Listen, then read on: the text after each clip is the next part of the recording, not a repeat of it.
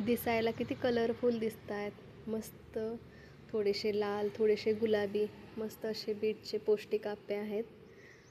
Bit म्हटलं की पौष्टिकपणा हा आलाच, आणि सर्व डाळी म्हटल्यावर अजून पौष्टिकपणा वाढलेलाच आहे.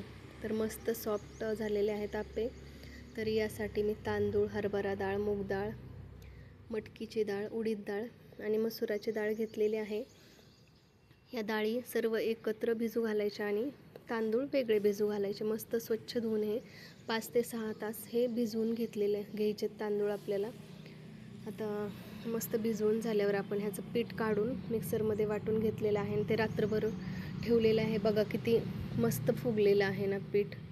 तर यामध्ये आपल्याला थोडासा सोडा आणि मीठ टाकायचं आहे. सोडा थोडा कमी टाकला तरी चालतो, कारण हे पीठ मस्त असं फुगलेलं आहे. आणि छान आपल्याला काय करायचं आहे, हे मीठ आणि सोडा टाकल्यानंतर मिक्स करून घ्यायचं आहे. आणि याचे काय करणार होतो आपण, बीटचे आप्पे करायचे आहेत. तर आपण या पिठामध्ये थोडंसं लसूण आणि जिरे कुटून घ्यायचे आहेत आणि ते टाकायचं आहे सर्व पिठामध्ये. त्यामुळे काय होतं तर छान टेस्ट येते. तर अशाच हेल्दी, घरगुती आणि जुन्या नव्या रेसिपी पाहायला तुम्हाला आवडत असतील तर जावांच्या किचनला नक्कीच एकदा सबस्क्राईब करून घ्या. मस्त पीठ आता मिक्स करून घेतले, भरपूर कोथिंबीर टाकलेली आहे आणि थोडंसं पीठ वेगळं काढून त्यामध्ये बीट टाकायचं आहे आपल्याला आणि छान मिक्स करून घ्यायचं आहे. तुम्हाला डाळीचं प्रमाण, तांदळाचं प्रमाण सर्व व्यवस्थित पाहायचं असेल तर तुम्ही जावांच्या किचनवर जाऊन याचा मोठा व्हिडिओ बनवलेला आहे, तो पाहू शकता.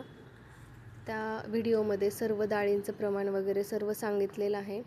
तर आता मस्त टाकायचे आहेत पात्रामध्ये. आपण सुरुवातीला तेल टाकून घेतलेलं आहे, आप्पे चिटकू नये म्हणून. एक प्लेट झाकून ठेवायची आहे. 2 मिनिट आप्पे वाफवून घ्यायचे आहेत आपल्याला. आता छान मस्त वाफलेले आहेत आप्पे. आता साईड बदलून घेऊया त्याचे आपण. खालच्या साईडने पण आपल्याला थोडेसे शेकून घ्यायचे आहेत. हे आप्पे इतके पौष्टिक होतात की सर्व आवडीने हे खातात. आणि हे आप्पे आपण डाळीच्या चटणीसोबत किंवा सॉससोबत, शेजवान चटणीसोबतही खाऊ शकतो. तर आम्ही खोबरं आणि डाळव्याची चटणी बनवलेली आहे. तर मस्त दिसत आहेत ना. तर अशी रेसिपी तुम्हीही बनवून बघा आणि कशी झाली हे कमेंट करून सांगा. व्हिडिओ शेवटपर्यंत बघितल्याबद्दल थँक्यू.